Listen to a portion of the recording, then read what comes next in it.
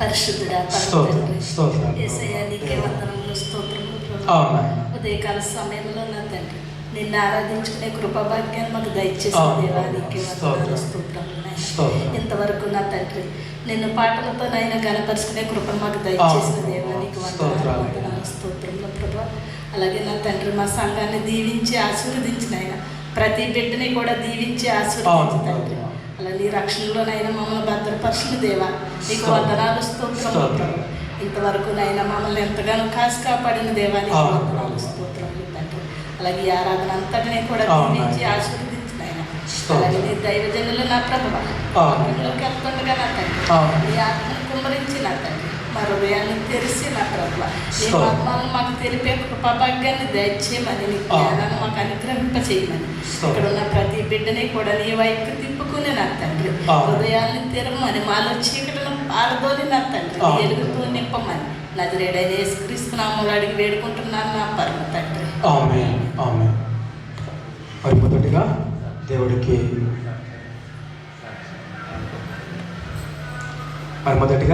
కొందరు తెలియజేస్తా ఉన్నాను.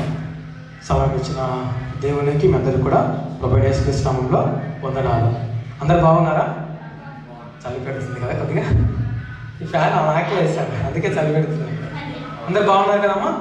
రైట్. బ్రదర్స్ కూడా అందరూ మరి దేవుడు నిజంగా గడిచిన సంవత్సరం అంతా కూడా కాచి కాపాడి నూతన సంవత్సరంలో అడుగుపెట్టే కృపను మనందరూ కూడా దేవుడు ఇచ్చాడు. మనంతా మనం దీన్ని సంపాదించుకోలేదు. దేవుడు మనకి ఏమి ఇచ్చాడు? కృప ద్వారా మరొక దినమును మరొక సంవత్సరంలో ఆయన అడుగుపెట్టడానికి దేవుడు కృపనిచ్చాడు. రైట్. మరి లాస్ట్ ఇయర్ పొరపాటు మామూలుగా ప్రతి ఒక్కరి ద్వారా పొరపాటు జరుగుతూనే ఉంటాయి. మరి ఆ పొరపాట్ల నుండి అంటారు కదా, న్యూ ఇయర్ రిజల్యూషన్ అంటారు కదా, తీర్మానం మరి అలా ఏమైనా తీసుకున్నారా మీరు? న్యూ ఇయర్ తీర్మానాలు ఏమైనా తీసుకున్నారా? లేవు మళ్ళీ అంటే అలాంటివి మళ్ళీ అంటే లాస్ట్ ఇయర్ అంతా కూడా మేము బాగానే ఉన్నాము, ఎలాంటి మిస్టేక్ చేయలేదు, సో ఇయర్ కూడా ఏమి అలానే ఉంటామని అనుకుంటున్నారు.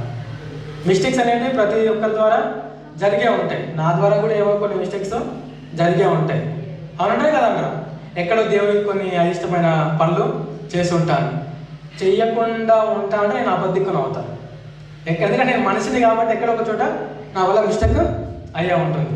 సో మనం లాస్ట్ టైం ప్రార్థన చేయని వారు, బైబిల్ చదవని వారు ఉంటారు కదా. ఇప్పుడు దేవుడు ప్రతిరోజు మాట్లాడుతూనే ఉంటాడు. ఏమని మాట్లాడుతూ ఉంటాడు? మీరు ప్రార్థన చేయాలి, మీరు ఏం చేయాలి? వాక్యము చదవాలి. ఇలా చెయ్యని వాటిని మరి చెయ్యాలి వద్దా? చేయాలా వద్దా? అలాంటి నిర్ణయాలు మీరు ఏమైనా తీసుకున్నారా? చాలా మంది అయితే ఇలాంటివి తీసుకుంటారు అనమాట. నేను ఈ సంవత్సరం అంతా కూడా ఎర్లీ మార్నింగ్ లేచి ప్రార్థన చేయాలి, సంవత్సరం అంతా కూడా నేను ఎర్లీ మార్నింగ్ వాక్యం చదవండి, బయటికి వెళ్ళొద్దు, అలాంటి కొన్ని తీర్మానాలు తీసుకుంటారు. రీసెంట్గా చూసాము యూట్యూబ్లో షార్ట్స్లో ఒక ఆయన ముసలాయన అంటాడు, నేను ఏమన్నానంటే ఈరోజు ఇంకా అంటే నెక్స్ట్ ఇయర్ మొత్తం నేను తాగను, కానీ ఈరోజు 31st నైట్ మొత్తం నేను ఏం చేస్తాను తాగుతా అంటాడు. కానీ ఆయన మళ్ళీ చేసేది పని అంతా అదే పని. తీసుకున్నారా ఎప్పుడైనా అలాంటివి తీర్మానాలు తీసుకున్నారా? తీసుకుంటున్నారా? లేదంటే మాకు అలాంటివి ఏమొద్దు అనుకుంటున్నారా? జస్ట్ మేము వాక్యం వింటాము అదే చాలనుకుంటున్నారా? తీసుకోవాలో వద్దా? కొన్ని నిర్ణయాలు తీసుకోవాలో వద్దా? తీసుకోవాలి. నాకు చెప్పకండి, కానీ కొన్ని నిర్ణయాలు మీరు ఏం చేయండి. ఈ సంవత్సరం నేను దేవుడికి ఈ విధంగా జీవిస్తాను. ఏ విధంగా? నేను ఈ నిర్ణయం తీసుకుంటున్నాను. ఈ నిర్ణయం తీసుకొని నేను ఏం చేస్తాను? దేవుడికి ప్రార్థన పెట్టి నేను ఇది సంవత్సరం అంతా కూడా నేను ఏం చేస్తాను, దాన్ని నెరవేర్చడానికి నేను కష్టపడతాను. మనం చూస్తాం చాలామందికి ప్రార్థన చేసుకోవడానికి టైం ఉండదు, వాకింగ్ చేసుకోవడానికి కూడా టైం ఉండదు. అంటే సంఘానికి రావడానికి కూడా అంటే పనులను బట్టి టైం ఉండదు. కానీ మనం అనుకుంటే అది ఏమవుతుంది? అది సాధ్యం అవుతుందా కాదా? అసాధ్యమైనది ఏమి లేదు. మనకు కూడా దేవుడు తోడుగా ఉండేది సహాయం చేస్తాడు. కొన్ని నిర్ణయాలు తీసుకోండి. ప్రార్థన చేయని వారు నేను ప్రతిరోజు కనీసం అంటే మార్నింగ్ టైం ఉండకపోయినా పడుకునే ముందు ఏం చేస్తాను? ప్రార్థన చేసుకొని పడుకుంటాను. వాక్యం చదవని వారు మార్నింగ్ టైం లేకపోయినా కనీసం, ఇంకా మార్నింగ్ అంటే బిజీ కాబట్టి పడుకునేటప్పుడు అయితే టైం ఉంటుంది కదా, ఒక 5 minutes ఏం చేయాలి? తక్కువ నిద్రపోయి దేవుడికి ఇవ్వాలి, చదువుకోవడం, వాక్యం చదువుకొని పడుకోవాలి. ఎక్కడైతే ఆశ ఉంటుందో అక్కడ మార్గం ఉంటుంది. అంతే కదా? రైట్. ఓకేనా? రైట్. నిర్ణయాలు తీసుకోండి. అప్పుడే మన జీవితాలు ఏమవుతాయంటే ఫలభరితంగా ఉంటుంది. మనం ఏం చేయకుండా దేవుడిని మనం అన్నీ అడుగుతున్నాం అనుకోండి, ఇస్తాడా దేవుడు? చెప్పాలి, ఇస్తాడా? మీ సైడ్ నుంచి ఎలాంటి రెస్పాన్స్ లేకుంటే ఆయన మీరు ఓన్లీ ప్రార్థన మాత్రం చేసి నాకు అవి కావాలంటే దేవుడు ఇస్తాడా? ఎప్పుడైతే ఆయన ఒక మాట చెప్తున్నప్పుడు ఆ మాటకు మీరు విధేయత చూపితే అప్పుడు మీకు ఏమి ఇస్తాడు ఆయన? మీకు కావాల్సిన ఆయన మనకు కావాల్సినవి మనం అందుకోకపోవట్లేమంటే మన కారణం మనమే అంట. దేవుడి మనకి ఎప్పుడు సమృద్ధిగా ఇవ్వాలని ఏమని ఆశ కలిగి ఉన్నాడు, కానీ మనం పొందుకోలేకపోతున్నాం అంటే కారణం ఎవరో కాదు, మనమే. కానీ మనం ఏమంటే దేవుడు ఇస్తున్నాడు నాకు ఇంకా దేవుడు మేలు చేయట్లేదు అంట. దేవుడు మేలు చేయకుండా మానుతాడా? ఇందాక వాక్యం చదువుకున్నాం కదా, దేవుడు మేలు చేయకుండా, దేవుడు పగవారికి కీడు చేయకుండా ఉండడు. దేవుడు పాపం చేసిన వారికి కీడు శిక్ష విధించకుండా ఉండడు. అదేవిధంగా దేవుడు మంచి వారికి ఆశీర్వదించకుండా ఆయన ఏం చేయలేడు? ఉండగలడు. ఆయన ఉండలేడు అనమాట. కానీ అది పొందుకోవాలంటే మనం కూడా ఒక రెస్పాన్స్, మనకు కూడా తగిన స్థితి అనేది కావాలి. ఇప్పుడు భారతరత్న ఊరికే ఇస్తారా? భారతరత్న అవార్డు ఊరికే ఇస్తారా? ఇవ్వరు. క్లాస్లో ఫస్ట్ ర్యాంక్ ఊరికే ఇస్తారా? ఇవ్వరు. దానికి తగిన ప్రయాసం వాళ్ళు ఏం చేస్తారు? పడుతున్నారు.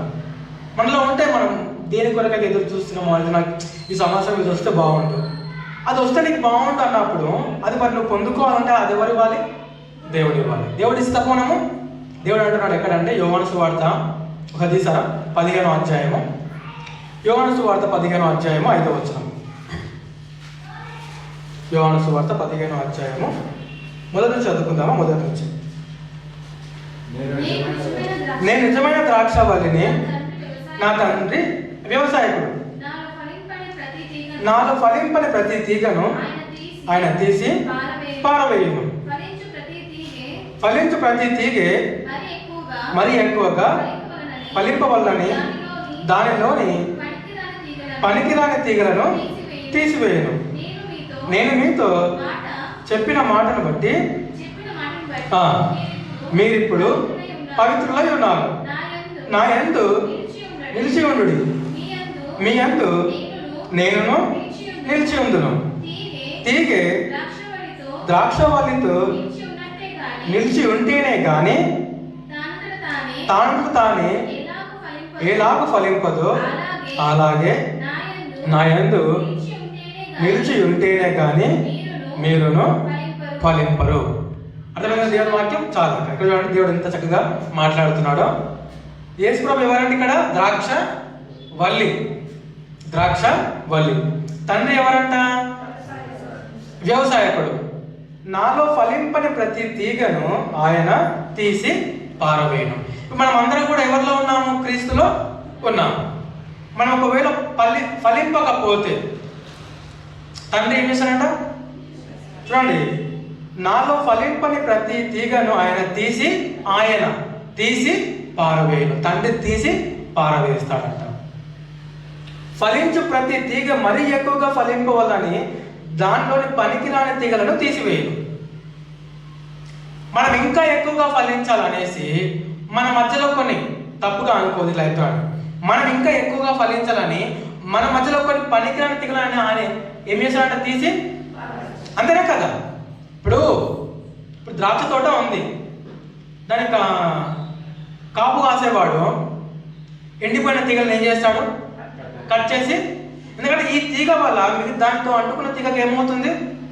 డిస్టర్బెన్స్ అవుతుంది. దీనికి రావాల్సిన పోషకాలు అయితే భూమి నుంచి వస్తాయో అవన్నీ కూడా ఏమైపోతున్నాయి? ఇక్కడ డిస్టర్బ్ అవుతున్నాయి అన్నమాట. ఇప్పుడు ఇలా ఉంది నా చేతులు, ఇక్కడ ఒక తీగ ఉంది, ఇక్కడ ఒక తీగ ఉంది, కింద నుంచి ఏమొస్తుంది? దానికి రావాల్సిన పోషకాలు వస్తాయి అన్నమాట. సో ఇక్కడికి పోవాల్సింది ఇక్కడ పోతుంది. ఇదేమైతే ఆల్రెడీ సగం ఎండిపోయింది. సో ఎండిపోయిన తీగని ఇప్పుడు కాపర్ ఏం చేశాడు? కట్ చేసి, ఎందుకంటే అది కట్ చేసిన నువ్వేమవుతావు? బహుగా ఫలిస్తావు. నెక్స్ట్ రైట్, ఇక్కడ నేను మీతో చెప్పిన మాటను బట్టి ఫలించి ప్రతి తీగ మరీ ఎక్కువగా ఫలింపవల్లని దానిలోని పనికిరాని తీగలను తీసివేయు. నేను మీతో చెప్పిన మాటను బట్టి మీరు ఇప్పుడు పవిత్రులై ఉన్నారు. నా యందు నిలిచి ఉండండి, మీ యందు నేను.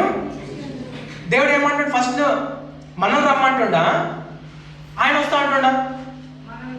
ఆయన ఒక మాట అన్నాడు. ఆయన ఏమన్నా, మీరు నా యొద్దకు, నేను మీ యొద్దకు వస్తా. అంటే ఆయన సెలవు ఇస్తున్నాడు ఒక మాట. ఫస్ట్ స్టెప్ నువ్వు వేస్తే నీతో 100 అడుగులు ఆయన వేయడానికి రెడీ ఉన్నాడు. ఫస్ట్ స్టెప్ ఎవరు వేయాలా? మనం వేయాలి. మనతో పాటు 100 అడుగులు వేయడానికి ఆయన సిద్ధంగా ఉన్నాడు. తీగె చూడండి ఇక్కడ, తీగ ద్రాక్షవల్లిలో నిలిచి ఉంటేనే గాని తానే ఎలాగో ఫలింపదు, అలాగే నా యందు నిలిచి ఉంటేనే గాని మీరు ఫలింపరు. మనం యేసు ప్రభువును అంటుకొని జీవిస్తేనే ఫలిస్తాం, లేకపోతే ఈ ఫలించడం వేరు. మళ్ళీ మీరు అనుకోవచ్చు, అలాగైతే బ్రదర్ మరి అన్యులు కూడా ఫలిస్తున్నారు కదా, అది కూడా బ్లెస్సింగ్స్ వస్తున్నాయంటే ఆ ఫలించడం వేరు, ఈ ఫలించడం వేరు. నేను మాట్లాడుతుంది ఆత్మఫలాల గురించి. హల్లెలూయా, హల్లెలూయా. ఇవి అవసరం లేదు దేవుడికి. ఈ లోకంలో దేవుడికి ఏ ఫలాలు కూడా ఆయన నుండి కోరుకోవట్లేదు. నా ధనమైనా కోరుకోవట్లేదు, నా ఇల్లు అయినా కోరుకోవట్లేదు, నా ఆస్తి కోరుకోవట్లేదు. ఏది కూడా ఆయన కోరుకుంటున్నాడు. ఈ లోకం అంటే ఏదైనా ఆయనకు ఈ లోకంలో ఆయన ఏది కూడా కోరుకోవట్లేదు అనమాట. మన దగ్గర ఉన్నది ఏది కూడా ఫిజికల్గా ఏదైతే ఉందో అది ఏది కూడా ఆయన ఏం చేయట్లేదు, కోరుకోవట్లేదు. ఎందుకంటే అవి ఉన్నా ఒకటే, లేకున్నా ఒకటే. అంతేనే కదా, అవి ఉన్నా ఒకటే, మనకేం పెద్ద పరాకు పడాయి, దేవుడు కూడా ఏం పెద్ద పరాకు పడాయి. కానీ నీవు ఆత్మలో ఫలించకపోతే మాత్రము పరాకు పడుతుంది. నువ్వు ఆత్మలో ఫలించకపోతే మాత్రము ఏం పరాకు పడుతుంది? ఆయన కట్ చేసి ఎక్కడ వేసాడంట? అగ్నిలో కాల్చేసి అక్కడ పరాకు పడుతుంది. మనం ఒకసారి ఆలోచన, మనం ఫలించే వారుగా ఉన్నామా? మనం నిజంగా దేవునికి చూడండి, ఒక తల్లికి ఒక బిడ్డ పుట్టిన తర్వాత 6 ఇయర్స్కి తల్లి 6 మంత్స్కి తల్లి ఏం ఎక్స్పెక్ట్ చేస్తుంది? ఆ బిడ్డ నుండి 6 మంత్స్కి ఏం ఎక్స్పెక్ట్ చేస్తుంది? కాలు చేతులు ఆడిగాడు, అవునా కదా? ఒక 1 ఇయర్ అయిపోయింది అనుకోండి, ఏం ఎక్స్పెక్ట్ చేస్తుంది తల్లి? బోర్ల పడడం, బొక్క బోర్ల పడడం. ఒక 3 ఇయర్స్ అయింది అనుకోండి, తల్లి ఏం ఎక్స్పెక్ట్ చేస్తుంది? కొద్దిగా పదాలు పలకడం, లేచి నిలబడడం. ఒక 5 ఇయర్స్ అయిపోయిన తర్వాత తల్లి ఏం ఎక్స్పెక్ట్ చేస్తుంది? బిడ్డ లేచి నిలబడాలి, అవునా కదా? ఒక 10 ఇయర్స్ అయినాక ఇంకా ఏం ఎక్స్పెక్ట్ చేస్తుంది? ఇంకా ఎక్కువ అవి పెరుగుతూనే ఉంటాయండి. వీడు బాగా మంచి మాటలు మాట్లాడాలి, మంచిగా వీడు ఎదగాలి. శరీరంగా తల్లి శరీరాన్ని అబ్జర్వ్ చేస్తూ ఉంటుంది. వీడు మాటల్లోనో ప్రవర్తనలోనో ప్రతి విషయంలో కూడా వీడు ఏమవ్వాలి? ఎదగాలి. ఒకవేళ వాడు ఎదగలేడు అనుకోండి, తల్లికి ఏమవుతుంది? డౌట్ వస్తుంది. డౌట్ వచ్చి ఎక్కడ తీసుకెళ్తుంది? హాస్పిటల్కి తీసుకెళ్తుంది, అవునా కదా? ఇప్పుడు ఇక్కడికి వచ్చిన మనం ఆత్మలో ఎంత ఎదిగి ఉన్నాం అనేది మనం ఏం చేసుకోవాలా? పరీక్షించుకోవాలి. తెలిసిపోతుంది. మనకు అర్థం కాదంటే ఏమో తెలిసిపోతుంది. ఆ ఫిజికల్గా అయితే కనపడుతుంది, కానీ ఇది ఇన్నర్ కాబట్టి ఇది కూడా మనకి ఏమవుతుంది? తెలిసిపోతుంది. నువ్వు ఎదిగావా లేదా అనేది ఏమవుతుంది? తెలిసిపోతుంది. ఒకవేళ అంటే ఎదగలేమని ఒకవేళ మనం కానీ ఎదగలేమనుకోండి, కట్ చేసి ఎక్కడ పడుతుంది? దేవుడు అగ్నిలో పడవేస్తాడు. ఎలా కనపడుతుందో ఆ ఎదుగుదల ఎలా కనపడుతుంది? మరి మీరే చెప్పండి. నేను ఎదిగినానన్న ఒక వ్యక్తి గురించి మనం ఎలా చెప్పగలుగుతాం? ఈ వ్యక్తి ఆత్మలో ఎదుగుతున్నాడు, దేవుళ్ళు ఎదుగుతూ మనం ఎలా ప్రూవ్ చేసుకుంటాం? ప్రూవ్ చేసుకోవాలా వద్దా? చేసుకోవాలి. దేవునికి ప్రూవ్ చేసుకోవాలి, సమాజాన్ని కూడా మనము ప్రూవ్ చేసుకోవాలి. ఎలా? మీరే చెప్పాలి దీనికి ఆన్సర్ అయితే. క్రియలను బట్టి, సత్క్రియలను బట్టి. వాడి క్రియలను బట్టి వాడు ఎదుగుతాడు కదా. ఏంటి ఆ క్రియలు? ఏంటి ఆ క్రియలు? ఏంటి మంచి క్రియలు? ఏంటి ఆ మంచి క్రియలు? వీడు దేవుళ్ళో ఎదుగుతున్నాడు అని ఎలా చెప్పగలుగుతాం మనము? ప్రేమించడం అంటే హెల్ప్ చేయడం, వారికి హెల్ప్ చేయడం. ఇంకా సన్మానించడం అంటే వారిని చూసుకోవడం, రెస్పెక్ట్ చేయడం, గౌరవించడం, అలా చూసుకోవడం, అన్ని విధాలుగా వారిని చూసుకోవడం. ఇంకా అలా అందరూ చేస్తున్నారు. ఇంకా నాకు ఫస్ట్ లైన్లో ఉన్నది కావాలి, సువార్త ప్రకటించడం. ఇంకా పునరుదయంతో ఆరాధించడం, వర్షిప్ చేయడం, అవునా కదా? వర్షిప్ చేయడం. ఇంకా ప్రార్థన చేయడము, ఇంకా వాక్యము చదువుకోవడము, ఇంకా వాక్యానుసారంగా జీవించడం. ఈ మిగతా పనులు అపవాదం కూడా చేస్తుంది. ఇందాక చెప్పాను కదా, మీరు చెప్పినవన్నీ కూడా అపవాది కూడా చేస్తాడు.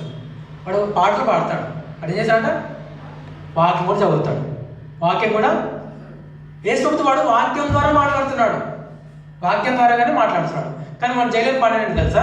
ప్రార్థన చేయలేని వాడు. అది మనకు ఫస్ట్ ఉండాలి, అది మనకు ఫస్ట్ ఉండాలి. ప్రార్థన మనకి ఎప్పుడు ప్రతి ఫస్ట్ ఉండాలి. అది లేకపోతే ఇంకా మిగతా అన్ని పనులు అపవాదం చేస్తాడు, మనం చేస్తాం. కానీ వాడు ఏం చేయడంట? ప్రార్థన మాత్రం వాడు చేయడు.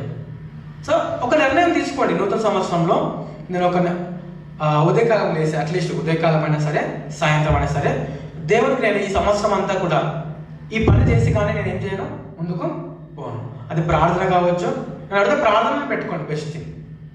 ఎర్లీ మార్నింగ్ కావచ్చు, లేదంటే నైట్ అయినా కావచ్చు. అవునా కదంటారా?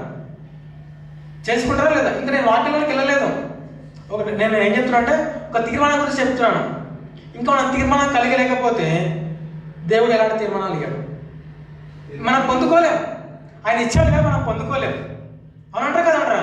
ఆయన అంటాడు, మీరు నా యొద్దకు వస్తే నేను మీ యొద్దకు వస్తాను. ఇప్పుడు ఆయన మనకు వాగ్దానాలు ఇస్తున్నాడు, మరి మనం కూడా ఆయన తిరిగి ఏమి ఇవ్వాలి? ప్రభు నీవు ఇచ్చేది నువ్వు ఇచ్చుకో, నా ఇష్టంగా నేను జీవిస్తా అంటే అవుతుందా? కాదు. మనం ఒక అడుగు వేస్తే దేవుడు మనతో 100 అడుగులు నడుస్తాడు. ఒక తీర్మానం తీసుకోండి. నేను ఆల్మోస్ట్ అంటే గొప్ప అని కాదు కానీ చెప్తున్నా, చేసేవాడు చెప్తున్నాం. ఆల్మోస్ట్ ప్రతిరోజు ఒక శనివారం తప్ప మ్యాక్సిమం మీటింగ్ ఉంటుంది మనకు, మండే టు ఫ్రైడే. ప్రతిరోజు ఏమవుతుంది? ప్రేయర్ అవుతుంది. ప్రతిరోజు నేను ఏం చేస్తున్నాను? ప్రేయర్లో పాలు పొందుతున్నాను. అంటే ప్రేయర్లో నేను ఏం చేస్తున్నాను? ఏకీభవిస్తున్నాను, లేదంటే ప్రార్థన చేస్తున్నాను. ఎక్కడ కూడా నేను అపవాదికి ఏమి ఇవ్వట్లేదు, చోటు ఇవ్వట్లేదు ప్రతిరోజు. మళ్ళీ శనివారం కూడా మనకు ఎంతోమంది ప్రార్థన చేసుకుంటామో చేసుకోలేదా? చేసుకుంటాం. ఎర్లీ మార్నింగ్ ప్రేయర్ ఉంటుంది మాకు, 7 to 9 ఫెలోషిప్ ప్రేయర్ ఉంటుంది. దానివల్ల నాకు ఇంకేమైంది? ప్రతిరోజు morning 7 to 9, Monday to Saturday early morning ఏముంది? ప్రేయర్ ఉంది. అంటే అది మిస్ కాకుండా నేను ఏం చేయాలా? వాళ్ళు చేస్తారు కదా అంటే కుదరదు. అలా మిస్ కాకుండా ఏమవ్వాలి? ఒక తీర్మానం తీసుకున్నాను నేను. ఒక తీర్మానం తీసుకున్న తర్వాత ఏం చేయాలి? దాన్ని ప్రతిరోజు మనం ఏం చేయాలి? పాటించాలి. చాలా మందికి ఎలా ఉంటుంది తెలుసా? అంటే తీర్మానం తీసుకుంటారు, ఒక వారం తర్వాత చల్లబడిపోతారు. కానీ దాన్ని కొనసాగించాలి కదా. దాన్ని మనం ఏం చేయాలి? కొనసాగించాలి. ఏం చేయాలండి? కొనసాగించాలి. ఒక తీర్మానం తీసుకోండి. ఇయర్ ఒకటి తీర్మానం పెట్టుకోండి. నేను ఉదయకాలం చేసి ప్రార్థన చేస్తాను, లేదంటే మధ్యాహ్నం అన్నా చేస్తాను, లేదంటే సాయంత్రం అన్నా చేస్తాను, లేదంటే ఇంకా బిజీగా ఉంటే పడుకునే ముందు ఏం చేస్తాను? ప్రార్థన చేస్తాను. నేను స్టార్టింగ్లో అయితే స్టార్టింగ్లో మా ఇంట్లో ఒక రూము అంటే కిరాయికి ఉన్నప్పుడు ఒక రూమ్ ఉండేది, కిచెన్ ఉండేది, అంతే. ఒక బాత్రూము, ఇంకా సన్నగా కిచెన్ హాల్లో బెడ్రూమ్లో పోవడానికి. ఇప్పుడు బెడ్రూమ్లో అందరూ పడుకునేవారు, కానీ నాకు మిగిలింది ఏంటి? Kitchen bathroom. నాకు మిగిలింది ఏంటంటే కిచెన్ బాత్రూమ్. కిచెన్లో ప్రేయర్ చేసుకున్నాను. ఆల్మోస్ట్ ఒక 2 years అలానే. అంటే అందరూ పడుకున్నాక నేను ఏం చేస్తామని కిచెన్లోకి వెళ్ళి ప్రార్థన చేసుకునేవాను. ఎందుకంటే నాకు ఇంకా స్థలం లేదు వేరే చోట. అంటే గొప్ప అని చెప్పట్లే, కానీ నేను ఒక స్థలం పెట్టుకున్నాను అనమాట. అంటే నేను పడుకోండి ప్రార్థన చేసి నేను పడుకోను, అది ఒక తీర్మానం చేశాను. యాక్చువల్గా అప్పుడున్న సిచ్యువేషన్ ఎలా అంటే మేము ఉన్న పరిస్థితిలో నా ఇంటికి రక్షకునే నేనే అనమాట. అంటే ఎట్లా రక్షకుని ఎలా అంటే నేను నిలబడితే ఇంకా దేవుడు నిలబెడతాడు, దేవుడు పక్కన నిల్చుంటాడు. నా ఇంటి లోపలికి ఏది రాకూడదని నేను అక్కడ నిలబడుతుంది. ఎట్లాగా? ప్రార్థన మోకాలేసి నిలబడుతుంది. వస్తున్న శోధల నుంచి నేను ఏం చేస్తుంటా? అక్కడ ప్రార్థన చేసుకొని అక్కడ నిలబడుతుంది. ఆ శ్రమ వచ్చినప్పుడు మాకు జయించే శక్తి కావాలయ్యా, ఆ శ్రమ రాకుండా నేను ఇక్కడ నిలబడుతున్నాను, నువ్వు నాకు సహాయం చేయి. ఆల్మోస్ట్ నేను అంటే ఆ ఇంట్లో ఉన్నంత కాలము అలా చేసేవాడు. ఇప్పుడు దేవుడు గృహాన్ని ఇచ్చాడు.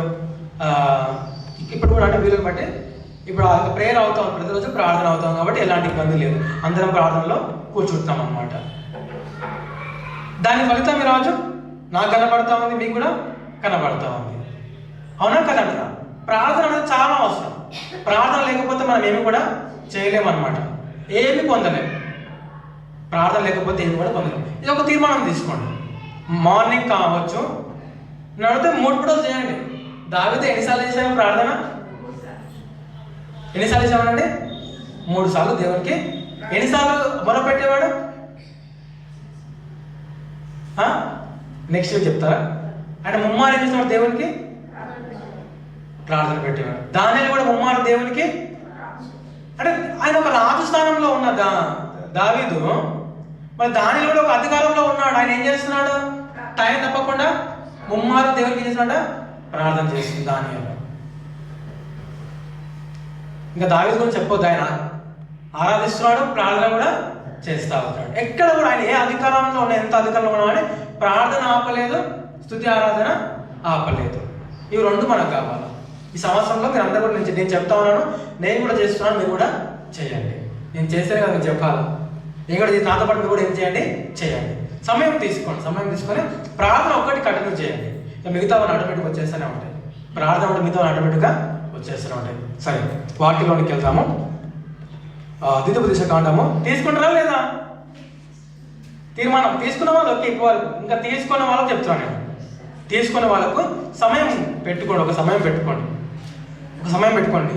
లేదంటే సమయం ఉన్నప్పుడన్నా చేయండి, సమయం ఉన్నప్పుడన్నా ప్రార్థన చేయండి. దాని ద్వారా మీ కుటుంబం ఏమవుతుంది? మీరు చేసిన ప్రార్థన ద్వారా మీ కుటుంబం ఏమవుతుంది? ఆశపడబడుతుంది. ఒక్కరి కుటుంబంలో ప్రార్థన చేసినప్పుడు సరిగ్గా కుటుంబం అంతా ఏమవుతుందంట? ఆశపడబడుతుంది. అర్థమవుతుందా? కుటుంబం అంతా కూడా ఆశపడబడుతుంది. వాక్యంలోకి వెళ్దాము. ద్వితీయోపదేశ కాండము 11వ అధ్యాయము 12వ వచనం.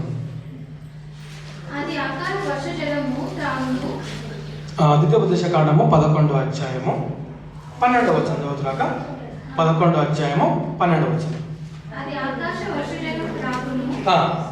అది నీ దేవుడైన యెహోవా లక్ష్యపెట్టు దేశము. నీ దేవుడైన యెహోవా కన్నులు సంవత్సరాన్ని మొదలుకొని సంవత్సరాంతం వరకు ఎల్లప్పుడూ దాని మీద ఉండును. మళ్ళీ అవుతాను. మీరు నది దాటి స్వాధీనపరచుకున్నట్లు వెళ్ళుచున్న దేశములను, కొండలను, లోయలను గల దేశము. అది ఆకాశ వర్షముల జలముల త్రాగును. అది నీ దేవుడైన యెహోవా లక్ష్యపెట్టు దేశము. నీ దేవుడైన యెహోవా కనులు సంవత్సరాది మొదలుకొని సంవత్సరం అంత వరకు ఎల్లప్పుడు దానిని చూచును. ఇక్కడ దేవుడి వాక్యం ఏమంటుందంటే, దేవుని కనులంట సంవత్సరం మొదలుకొని సంవత్సరం అంతా కూడా సంవత్సరం అయిపోయిన వరకు మన కనులు, ఆయన కనులు మన మీద ఉంటాయంట. అర్థమవుతుందా? దేవుడు అంటున్నాడు అంటే సంవత్సరము 2025 జనవరి 1 రోజు మొదలుకొని డిసెంబరు 31 వరకు కూడా దేవుని కనులు మన మీద ఉన్నాయి. సంవత్సరం అంతా కూడా దేవుని కనులు మన మీద ఉన్నాయి.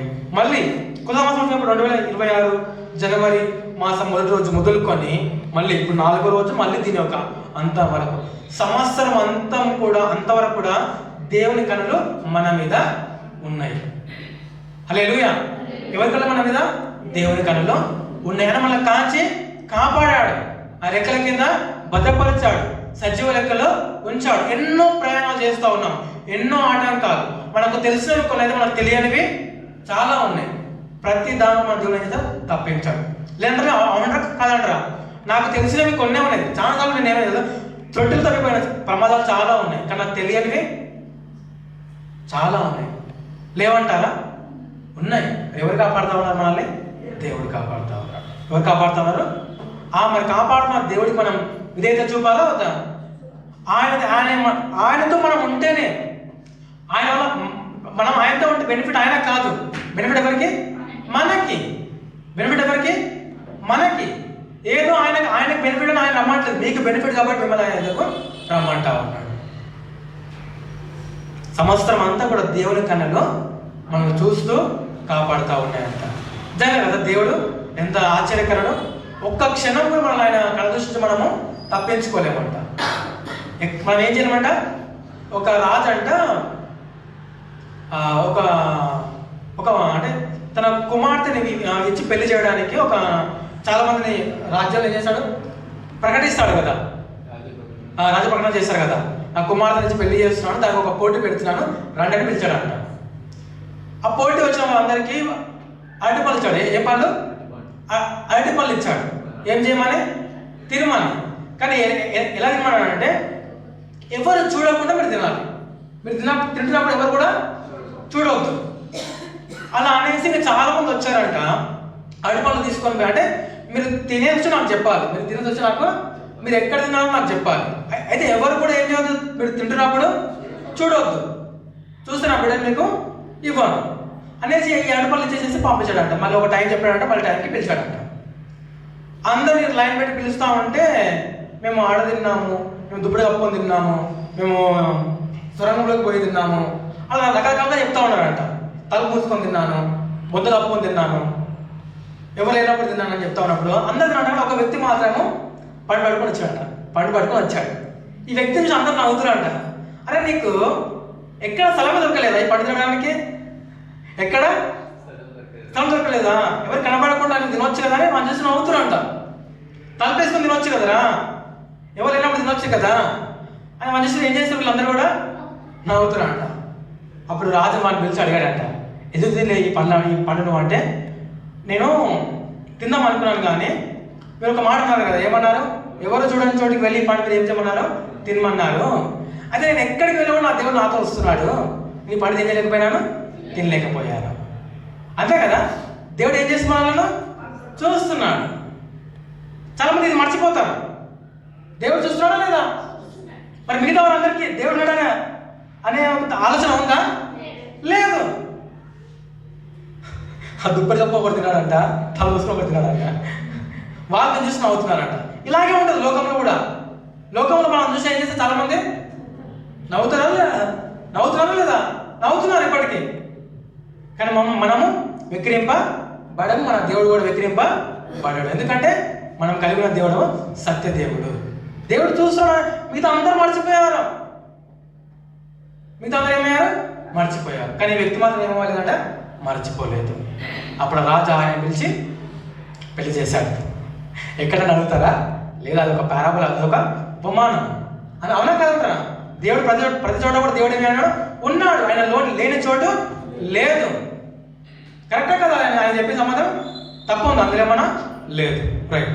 అయితే నా సైడ్ నుంచి మనందరికీ ఇప్పుడు మనం వాటిలోకి వెళ్తే చూడండి, మన బాడీలో ఒక అవయవం ఉందన్నమాట. దాని చాలా ప్రమాదకరం మనకు. మన బాడీలో ఒక అవయవం ఉంది, ఒక పార్ట్ ఉంది, దానివల్ల మనకు చాలా ప్రమాదకరం. నాలుక. అవునంటే కదా, ఏంటి? నాలుక. రెండవది కనిపించే వాటిలో కళ్ళు.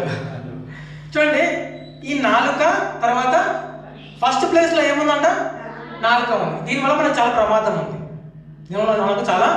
రెండవది ఏంటి? కన్ను. మూడవది మనం చెప్తారు ఏమైనా? ఫస్ట్ ప్లేసా? అవునా? అన్నిటికంటే మోసకమైనది అది కాదు. అంటే అది మోసం చేసే ముందు బయట కూడా జరుగుతాయి కదా. అంటే కనిపించే దాంట్లో అడుగుతాను, కనిపించవచ్చు. అంటే దేవుడు అంటున్నాడు ఒకటి, మెయిన్గా ఒకటి చాలా ప్రాబ్లం ఉంది అంత మనకు. ఏంటది? ఒకసారి చూద్దామంటారా?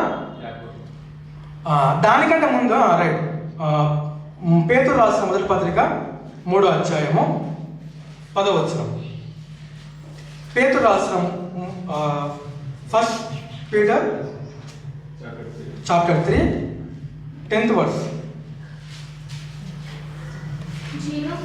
జీవమును ప్రేమించి మంచి దినములు చూడగోరు వారు చెడ్డదాన్ని పలకకుండా, తన నాలుకను కపటపు మాటలు చెప్పకుండా తన పెదవులను కాచుకునేవాళ్ళు. ఒక నిమిషం అక్క. చూడండి, కుటుంబం ప్రతి సమస్యకు ప్రాబ్లం ఎక్కడ నుంచి అనేది తెలుసా అండి?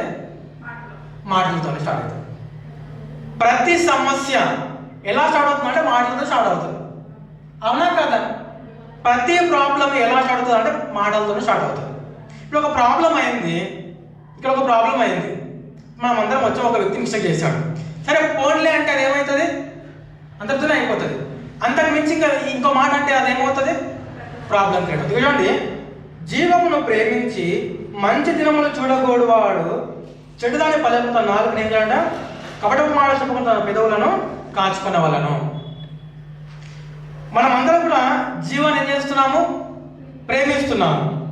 మంచి దినాల కొరకు మనం ఏం చేస్తున్నాము? ఎదురు చూస్తున్నాము. అవునట కదా అంటారు.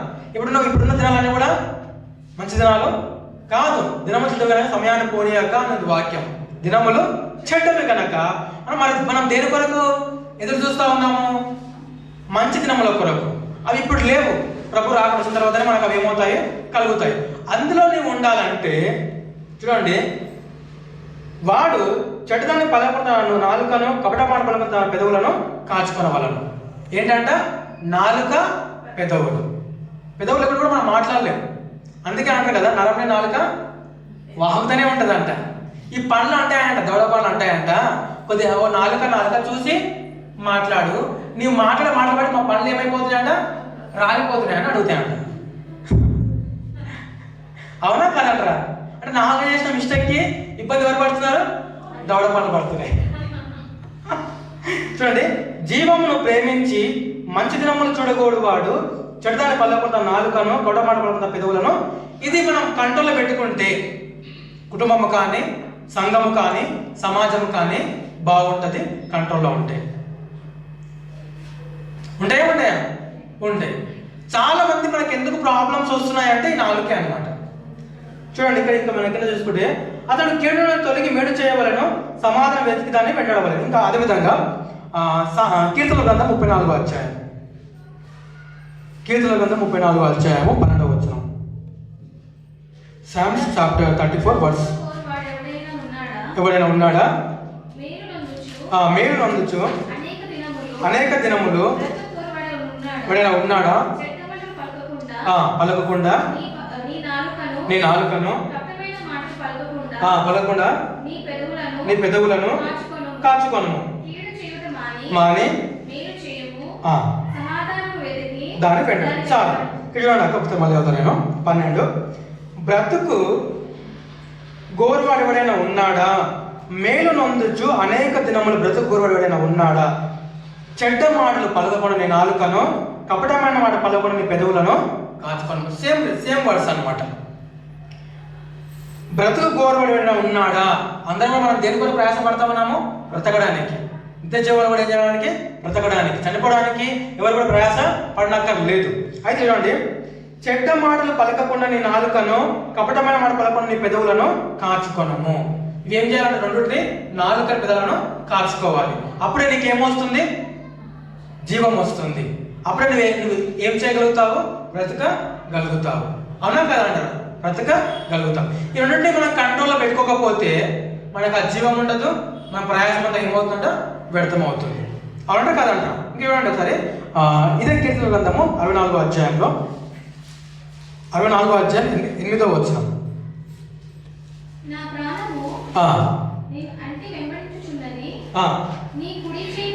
64వ అధ్యాయం 8వ వచనం. వారు కూలేదరు వారు కూలుటకు వారి నాలుకే కారణము. వారిని చూచువారందరూ తల ఊచుదురు. చూడండి, ఇక్కడ ఏమవుతారంట? వారు కూలుతారు. వారు కూలుటకు వారి నాలుగే కారణం అంట.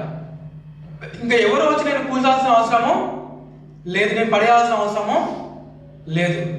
నువ్వు పడిపోతున్నావు అంటే దానికి కారణం ఏంటంటే నీ యొక్క నాలుక. అదేవిధంగా సరే, కీర్తన గ్రంథము 106వ అధ్యాయంలో మాట చూసుకుందాము. 106వ అధ్యాయము 32వ వచనం. 106:32 వచనం. మెరీబా జనుల యొద్ద వారు ఆయనకు కోపము పుట్టించిరి. కావున వారి మూలముగా మోషకు బాధ కలిగెను. ఎట్లనగా వారు అతని ఆత్మ మీద తిరుగుబాటు చేయగా అతడు తన పెదవులతో ఎవరంటే మోషే. చూడండి, మరి మోషే ఇజ్రాయెల్ ప్రజలను నడిపిస్తూ ఉన్నప్పుడు చాలా టార్చర్ పెట్టారు. ఎవరిని? మోషే. మామూలు టార్చర్ కదా అది. ఇప్పుడు మీరు నన్ను పెడుతున్నారు అట్లా. ఓకే అన్నారు అనమాట. మీరు నవ్వాలని అట్లా అన్నాను. ఓకేనా? నవ్వారా లేదా? ఓకే. ప్రభునామానికి మహిమ కలుగును గాక. రైట్. మోషని ఏం చేశారు? వాళ్ళందరూ ఏం చేశారంట? టార్చర్ పెట్టారంట. సో టార్చర్ పెడతా ఉన్నప్పుడు మోషే నిజంగా చాలా దేవునికే కోపం వచ్చింది. ఎవరి వల్ల? ఎవరికి కోపం వచ్చింది? దేవుడికి కోపం వచ్చింది. దేవుడికి కోపం వస్తే మోషే ప్రభువా కూలవు అన్నాడు. నువ్వు మళ్ళీ వాళ్ళని తీసుకొచ్చావు కదా, ఇక్కడ చంపేస్తే నీకు చెడ్డ పేరు వస్తుంది, అలా చేయడం మంచిది కాదని దేవుడికే చెప్పాడు మోషే. అంటే దేవుడిని నెమ్మదిపరచాలి ఒక సమయంలో. ఇంకా దేవుడికి కోపం వచ్చిందంటే ఇంకా మోషకు ఇంకా లిమిట్లెస్ అనమాట. ఒక మనుషులు మాత్రమే అట్లా చేయగలరండి. రైట్, నెక్స్ట్ చూడండి. అయితే ఈ మెరీబా జలముల యొక్క వారు ఏం చేశాడు, ఆయనకు కోపము పుట్టించారు. మామూలు కోపం కాదు ఇంకా అది. అక్కడ చూస్తే ఎట్లనగా వారు అతని ఆత్మ మీద తిరుగుబాటు చేశారంట. నిజంగా ఆత్మ మీద తిరుగుబాటు చేస్తే దేవుడు కూడా క్షమించలేడు. అయితే ఇక్కడ చూడండి, అతను తన పెదవులతో కాని మాట పలికాడు. ఇక్కడ మిస్టేక్ అయింది. ఇక్కడ మిస్టేక్ అయింది అనమాట. వాళ్ళు ఏం చేశారు, ఈయన ఆత్మ మీద తిరుగుబాటు చేశారు. ఇప్పుడు వాళ్ళు నీ ఆత్మ మీద వాళ్ళు ఏం చేశారు, తిరుగుబాటు చేశారు. అప్పుడు మోషే ఏమన్నాలా? మోషే ఇక్కడ ఏమన్నాడు? కాని మాట అంటే ఒక చెడ్డ మాట, ఒక కాని మాట ఏం చేశాడు, పలికాడు. దేవుని వాక్యం అంటా ఉంది చూడండి. అదే ఇందాక ఏదైనా పేతురు మొదటి అధ్యాయం, ఫస్ట్ పీటర్ 3వ అధ్యాయంలో 11వ వచనం చూడండి ఒకసారి. 11వ వచనము, మొదటి పేతురు 3వ అధ్యాయం 11వ వచనం.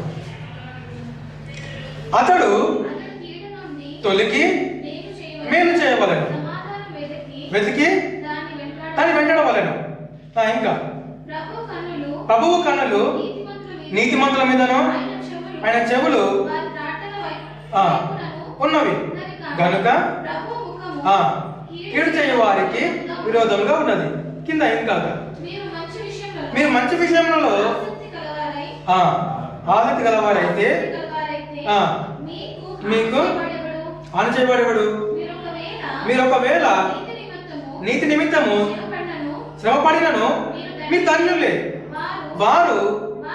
వారి బెదిరింపులకు భయపడకుడి, కలవరపడకుడి, గలవారై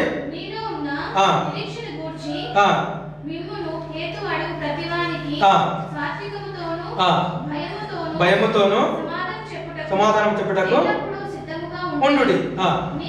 మీ హృదయముల యందు క్రీస్తును ప్రభువుగా ప్రతిష్ఠించుడి. అప్పుడు మీరు దుర్మార్గులని దూషింపబడుదురు. క్రీస్తునందున్న సత్ప్రవర్తన సిగ్గుపడుతుంది. అదే దేవుని వాక్యం ఏమంటా ఉన్నారు కదండి. అంటే వాళ్ళు ఇప్పుడు మోషే మీద వాళ్ళు ఏం చేశారు, తిరుగుబాటు చేశారు. దేవుని వాక్యం ఏమంటా ఉంది, దాన్ని నువ్వేం చేయాలి, సహించాలి తప్ప తిరిగి ఒక మాట అనవద్దు. అంటే కీడు చేసిన వారికి కూడా నువ్వు మేలు చెయ్యి. నేను ఒక మాట అన్న వారికి కూడా నువ్వేం చెయ్యి, వాళ్ళు అన్నమాట తిరిగి నువ్వేం చేయవద్దు, అనవద్దు. వాళ్ళు అన్నారు కదా, నువ్వు అనొద్దు అంటున్నాడు దేవుని వాక్యము. వాళ్ళు నేను ఒక మాట అన్నారు కదా, నువ్వు తిరిగి దాన్ని అనొద్దు అంటున్నాడు దేవుడు. ఎందుకంటే ఒకళ్ళ రోజు వస్తుంది, అప్పుడు వాళ్ళకి ఏమవుతుంది, తీర్పు తీర్చబడుతుంది. వాళ్ళు అన్నమాట వారికి ఏమవుతుంది, తీర్పు తీర్చబడుతుంది. కానీ ఇప్పుడు నువ్వు అన్నారు కదా, నువ్వు అన్నావు అనుకోండి, ఇప్పుడు నీకేమవుతుంది, తీర్పు తీర్చబడుతుంది. వాళ్ళు అనడం బట్టి నువ్వు వాళ్ళని నిన్ను హింసించినా సరే, దూషించినా సరే, చెడమాట పలికినా సరే, నువ్వు మాత్రం మరొక మాట పలకమంటుంది దేవుని వాక్యం. వాళ్ళని కొట్టినా సరే, చంపినా సరే, మరొక మాట నువ్వు అనక్కు అంటుంది. వాళ్ళని ఎన్ని హింసలు పెట్టినా కూడా మరొక మాట నువ్వు అనక్కు అంటుంది దేవుని వాక్యం. వాళ్ళు 1000 మాటలు అన్నాయని మరి మరొక మాట నువ్వు అనక్కు అంటుంది దేవుని వాక్యం. అర్థమవుతుంది కదా. వాళ్ళు 1,00,000 మాటలు నేను అన్నని నువ్వు తిరిగి మరొక మాట నువ్వు అనకూడదు. నువ్వు వాళ్ళు 1,00,000 మాటలు ఒప్పుకుని ఒక మాట అన్నాను ప్రభు అంటే అసలు నువ్వు అననే అనకూడదు. ఎందుకంటే వారు ఒకరోజు ఏమవుతారు, తీర్పులోనికి వస్తారు. కీడుకు ప్రతి కీడు నువ్వు చేయొద్దు. వీలైతే మేలే చేయి, కాకపోతే కామోషం. కీడుకి ప్రతి కీడు మాత్రం నువ్వేం చేయొద్దు. చేతులైతే మేలు చేయకపోతే లేదంటే సగట్టుకోండి. కానీ మరొక మాట మాడడానికి లేదన్నమాట. ఇక్కడ చూడండి, మోషే చేసిన మిస్టేక్ వల్ల మోషకి ఏమైంది తెలుసా అంటే, కానాన్ దేశానికి ఎంట్రీ గేట్ పాస్ కోల్పోయాడు మోషే. అవునా, అంతే కదా. కానాన్ దేశానికి ఎంట్రీ లేదు. కానీ మాట ఆడమంటే ఒక మాట ఆయన అనొచ్చు కదా, దేవా నీ కోపం వస్తే నేను నిన్ను నెమ్మదిపరచాను ఒకనొక సమయంలో. No chance. నీవు అనే మాటను బట్టి నీకేమవుతుంది, తీర్చబడుతుంది. దీన్ని మనం ఏం చేయాలంట, కంట్రోల్ పెట్టుకోవాలంట. దీన్ని కంట్రోల్ పెట్టుకోకపోతే చూడండి, మోస కంట కణదృష్టి ఇంకా 120 years ఉన్నాయి ఆయనకు. మోసకు కణదృష్టి ఇంకా తగ్గలేదు, తన యొక్క బలం ఇంకా, మరి ఎలా చనిపోయాడు? దేవుడు తీసుకుపోయాడు అంతే. నీకు అనుమతి లేదు, ఆయనకి అనుమతి లేదు అంతే. ఆ మాట మనడానికి నీకు అనుమతి, వాళ్ళు నాకు ఏదో చేశారు కదా, తిరిగి వాళ్ళ చేత చేయడానికి నీకు అనుమతి లేదు. దేవుడు ఇవ్వడు. ప్రభు నాకు వాళ్ళు కీడు చేశారు కదా, నువ్వు వారు కూడా కీడు చేయి, ఆయన నీ మొర ఆలకించాడు. నువ్వు చేసినప్పుడు ఆయన ఒప్పుకోడు. నా నిమిత్తము జనులు మిమ్మల్ని నిందించి హింసించి చెడమాట పట్ల మీరు ధన్యులు అంటున్నారు. మీరు సైలెంట్గా ఉండండి అంతే, మీరు సైలెంట్గా ఉండండి అంతే. చేతనైతే మరలా సాయం చేయండి, నాకు సైలెంట్ ఉండండి. పగ తెచ్చుట నా పని. ఎవరి పని? పగ తెచ్చుట దేవుని పని. సైలెంట్గా ఉండండి. అదే మనం చూసుకోవాలి. 141:3 సాంగ్స్ 141 అధ్యాయము 3వ వచనం. యెహోవా నా నోటికి కావలి ఉంచుము, నా పెదవుల కావలి పెట్టుము. కంటిన్యూ. పాపము చేయు వారితో కూడా నేను దుర్నీతి కార్యములలో చొరపడకుండానట్లు నా మనసు తిరగనీయకము, తినక ఇందును గాక. చూడండి, ఇక్కడ దావీదు ప్రార్థన చేస్తున్నాడు దేవుడికి. ఏమని ప్రార్థన చేస్తున్నాడంట? యెహోవా నా నోటికి కావలి ఉంచుము, నా పెదవులకు ద్వారమునకు కాపు పెట్టుము. అంటే ఆయన తాళం ఏమంటాడు డైరెక్ట్గా, నా పెదాలకు నువ్వేం చెయ్యి? తాళం వేసేసేయి.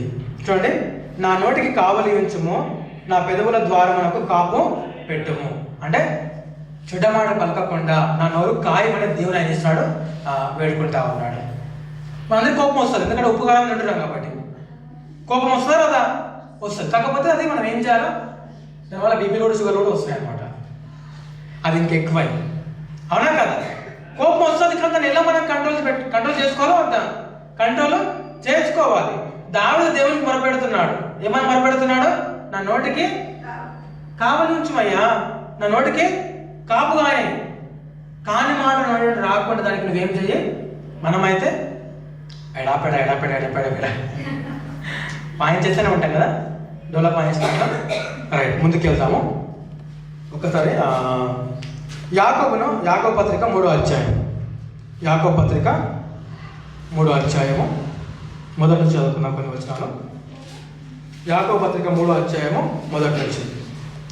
నా సహోదరులారా, నేను చదువుతాను. నా సహోదరులారా, బోధకులమైనము మరీ కఠినమైన తీర్పు పొందుతామని తెలుసుకొని మీలో అనేకులు బోధకులు కాకుండా అనేక విషయములో మనమందరము తప్పిపోవచ్చున్నాము. ఎవడైనాను మాట యందు తప్పిన ఎడల అటి వాడు లోపము, ఎవడైనాను మాట యందు తప్పని ఎడల అటి వాడు లోపము లేనివాడై తన సర్వ శరీరమును స్వాధీనపరుచుకును, శక్తి గలవాడు అగును. గుర్రములు మనకు లోబడుటకై నోటికి కళ్ళెము పెట్టి వాడి శరీరం అంతా త్రిపుతుము కదా. ఓడను కూడా చూడుడి, అవి ఎంత గొప్పవై పెనుగాలి కొట్టుకొని పోబడినను ఓడ నడుపు వానికి ఉద్దేశము చొప్పున మిక్కిలి చిన్నదైన చుక్కాని చేత తిప్పబడును. అలాగుననే నాలుక కూడా చిన్న అవయవమైన బహుగా అదిరి పడును. ఎంత కొంచెము నిప్పు ఎంత విస్తారమైన అడవిని తగులబెట్టునో నాలుక అగ్నియే. నాలుక మన అవయములలో ఉంచబడిన పాప ప్రపంచమై సర్వ శరీరమునకు మాలిన్యము కలుగజేయుచున్నది, ప్రకృతి చక్రమునకు చిచ్చుపెట్టుచున్నది, అది నరకము చేత పెట్టబడును. చూడండి, ఇక్కడ దేవుడు ఇంత క్లియర్గా చక్కగా మాట్లాడుతున్నాడు. ఓడ నడపాలంటే ఏం కావాలి? చుక్కాను కావాలి. పెద్ద ఉంటుందా చిన్న ఉంటుందా? ఓడ ఎంత పెద్దగా ఉండని చుక్కాను మాత్రము ఇంత మన చేతిలో పడింత హ్యాండిల్ అంత ఉంటుంది. దాని ద్వారా ఆ ఓడ మొత్తం ఏమవుతుంది? నడిపించే వ్యక్తి లెఫ్ట్ వెళ్ళాలంటే లెఫ్ట్ పోతుంది, రైట్ పోవాలంటే రైట్ పోతుంది. గుర్రము కంట్రోల్ పెట్టడానికి దాని నోటికి ఏం పెడతాం? మనము కళ్ళెం పెడతాం. కళ్ళెం పెట్టడం మన కంట్రోల్కి ఏమవుతుంది? వచ్చేస్తుంది. ఈ చిన్నది చాలా ఉపయోగపడుతుంది ఉంది అక్కడ. అయితే మా దేవుడు అంటున్నాడు, మన సర్వ శరీరానికి మొత్తానికి కూడా ఈ నాలుక ఉంది కదా, దీంతో మీరు ఏం చేయండి? జాగ్రత్తగా ఉండండి. చూడండి, ఒక చిన్న నిప్పు ఏం చేస్తుంది? అడవిని ఏం చేస్తుంది? అడవిని కాల్ చేస్తుంది. దేవుడు అంటున్నాడు నాలుక కూడా అగ్ని అంట. మరి దీన్ని ఎక్కడ వాడాలో ఎక్కడ వాడదు మనకి ఏం చేయాలి? తెలిసి ఉండాలి. మనం ఎక్కడెక్కడ వాడుతూ ఉంది? పనికొచ్చే విధంగా వాడుతా ఉన్నాం, 10 నిమిషాలకు వాడుతూ ఉన్నాము. నేను మిమ్మల్ని అడగట్లేదు, మిమ్మల్ని మీదే పరీక్షించుకోండి. దేని కొరకు వాడుతూ ఉన్నాం? దేని కొరకు మనం దీన్ని వాడుతూ ఉన్నాము? పనికొచ్చే విషయాలు వాడతాం, 10 నిమిషాలకు మనం వాడుతూ ఉన్నాం. ఒక మాట చూసుకున్నాం ఇక్కడ. ఒక చిన్న నిప్పు అంటే చేస్తే అగ్ని మొత్తం అడవి మొత్తం ఏం చేస్తుంది? మరి నేను ఇంతవరకు మీకు తెలుసలేదా కానీ చాలా కాపురాలు ఏమైపోయాయి? కూల్చబడ్డాయంట. దేన్ని బట్టి? నాలుకని బట్టి. ఇది ఒక్కటి మనం కంట్రోల్ పెట్టుకుంటే ఈ సంవత్సరం మనం సెటరేట్ అవుతాం. అంటే జీవితాంతం, అంటే మళ్ళీ కడతలే రాకూడదు, ఈ సంవత్సరమే కాదు. ఇది ఒక్క మనం కంట్రోల్ పెట్టుకున్నాం అనుకోండి, మన జీవితాలు బాగుపడతాయి, అన్నీ బాగుపడతాయి. అన్నీ కూడా ఏమవుతాయంటే, ఇది నేను నరకానికి తీసుకుపోతుందంట. ఎక్కడ తీసుకుపోతుందంట? ఇది నేను ఎక్కడ తీసుకుపోతుందంట? నరకానికి తీసుకుపోతుంది. నేను దీని కానీ కంట్రోల్ పెట్టకపోతే ఇది నేను నరకానికి తీసుకొని పోతుంది. అర్థమవుతుంది కదా? అర్థమవుతుందా? అవ్వట్లేదా? నాలుక అగ్నియే. నాలుక మానవ అవయవంలో ఉంచబడిన పాము ప్రపంచమైన సర్వ శరీరమునకు మాలిన్యము కలుగజేయచ్చు. ప్రకృతి చక్రమునకు చిచ్చు పెట్టాను. అది నరము చేత చిచ్చు పెట్టబడును. అది నరకము చేత చిచ్చు పెట్టబడును. సరాసరి తీసుకుపోయి నేను ఎక్కడ పడేస్తుందంట? నరకంలో పడేస్తుంది. ఎప్పుడో దీనికి కంట్రోల్ లేనప్పుడు. చూడండి, అదేవిధంగా మనం చూసుకోకపోతే ప్రకటన కాదు, సామెతలు 18:21. ప్రభు జీవ మరణములు నాలుక వశంలో,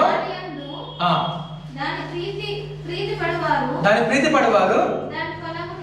చూడండి ఇక్కడ జీవ మరణం అంటే దేని వశంలో ఉన్నాయంట? యాక్చువల్ మనం ఇంకో వశం చూసుకుంటాం. జీవ మరణంలో ఏవో వశంలో ఉన్నాయి. ఇక్కడ ఏముందాక? జీవ మరణంలో అది నాలుగో వశంలో ఏమున్నాయి అంటే, చూడండి, దేవుని వశంలో జీవ మరణాలు ఉన్నాయంటే మనల్ని ఎక్కడ పంపించాలనేది ఆయనకు తెలుసు. అయితే దానికంటే ముందు మన నాలుక మనం కంట్రోల్ పెట్టకపోతే ఇది కూడా మనకు ఏం చేస్తుందంట? తెలియజేస్తుంది ఎక్కడికి పోతున్నాం అనేది. అది కానీ మన కంట్రోల్ లేకపోతే మనం ఎక్కడ పోతాం? సరాసరి నరకానికి పోతాం. మన కంట్రోల్లో ఒకటి ఎక్కడ పోతామంట? ఎక్కడ పోతాము? జీవానికి పోతాం మనం. మరి ఈ నాలుక ఎలాంటి మాట మాట్లాడాలి చెప్పండి. అందులో 10వ అధ్యాయం 19వ వచనం ఒకసారి. 10వ అధ్యాయం 19వ వచనం. 10వ అధ్యాయం 19వ వచనం. విస్తారమైన మాటలలో దోషం ఉండక మానదు.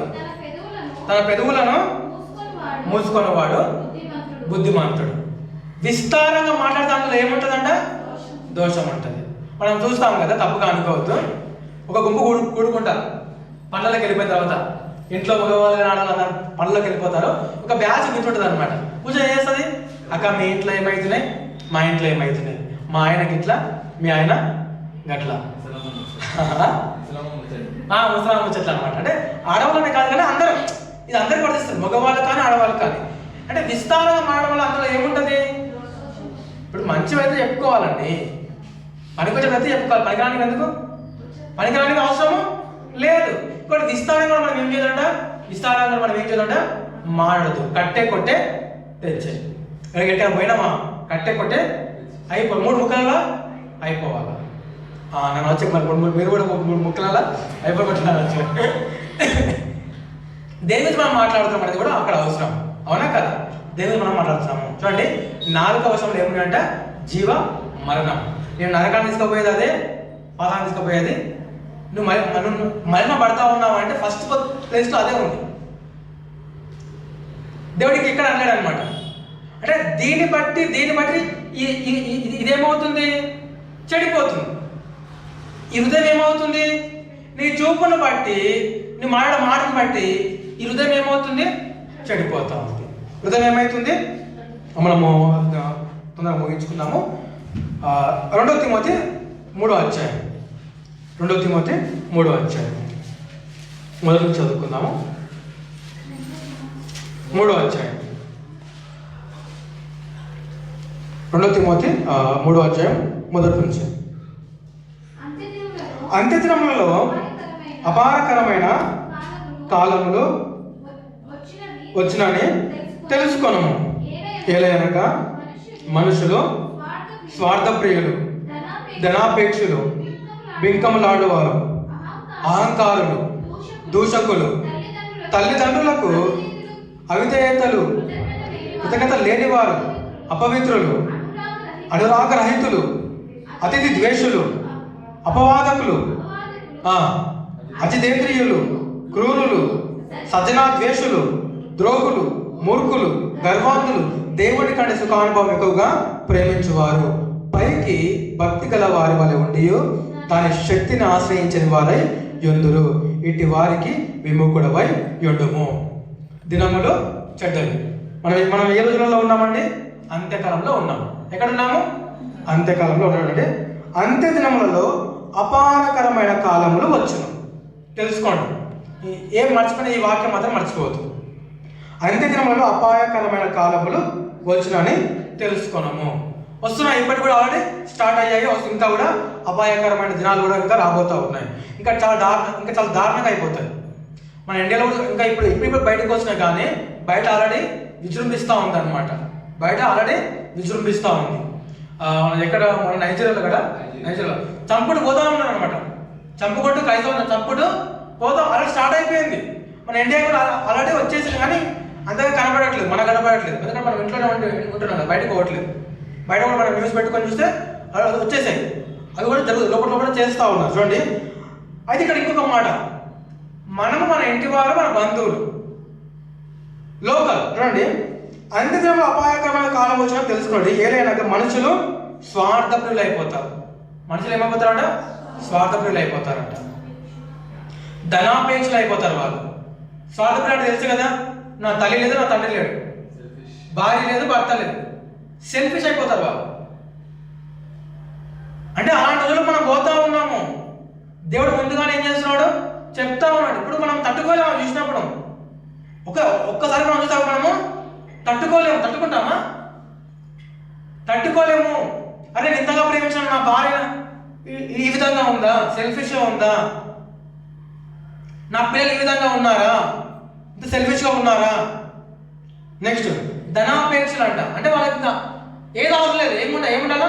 ధనం అంటే ఇప్పుడు నీకు జబ్బు వచ్చింది, నీ భార్యకి జబ్బు వచ్చింది, ఇంట్లో డబ్బులు ఉన్నాయి, కానీ ఏం చేయట్లేదు భర్త. అలాంటి రోజులు వస్తాయి.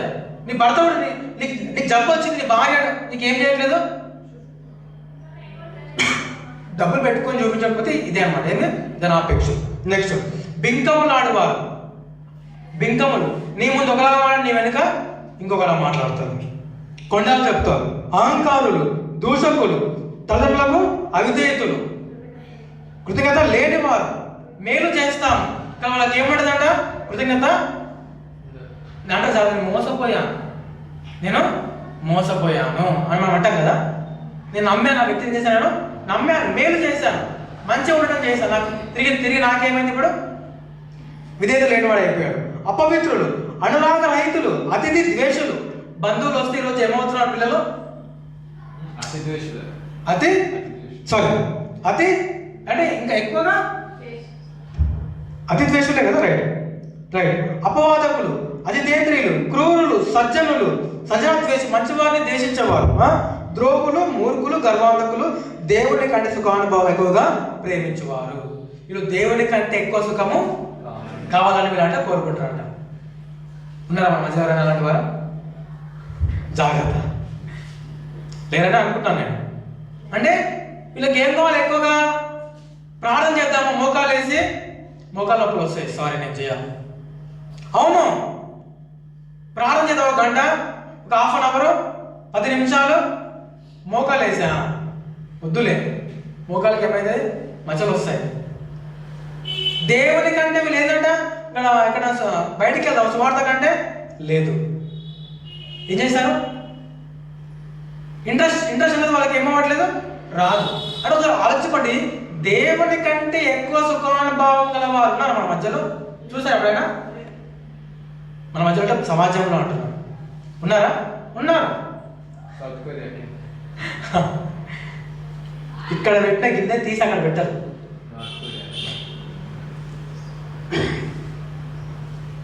అంటే పైకి భక్తి గలవారు ఉండి మళ్ళీ వీళ్ళు ఎవరు బయట వాళ్ళు కాదంట, మనోలే అంట.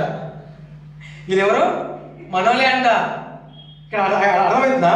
పైకి భక్తి గలవారై ఉండి దాని శక్తిని ఆశ్రయించని వారై ఉందరు. బయటికి వెళ్ళమన్నారంట భక్తి, కానీ దాని శక్తిని ఆశ్రయించే వారు వీళ్ళు ఏమవలేదు, కనపడట్లేదు. అంటే చూడడానికి మాత్రం భక్తి పనులు కనపడతా ఉన్నారు, కానీ తర్వాత చూస్తే మాత్రము, క్రియలు చూస్తే మాత్రము ఆ విధంగా లేవు. ఉన్నాయంటారా? దేవుడు అంటాడు అండి, దాని శక్తిని ఆశ్రయించే వారు అంటే ఇటు వారికి విముఖుడవై ఉండుము. అటు వారికి దూరంగా ఉండు. అటు వారికి నువ్వేం చెయ్యి? దూరంగా ఉండు. అటు వారికి నువ్వేం చెయ్యి? దూరంగా ఉండు. చివరిగా మనం ఒక 2 నిమిషాలు తీసుకుని మనం ముగించుకుందాము. చూడండి, అదే 1 పేతురు, ఒకసారి అక్కడికి వచ్చేసి మనం ముగించుకుందాం. 1 పేతురు 3వ అధ్యాయము 13వ వచనం చదువుకుందాం. 13 నుంచి ఒకసారి 1 పేతురు 3వ అధ్యాయము 13 నుంచి మాత్రం చదువుతాం, మనం ముగించుకుందాం. ఏమండి?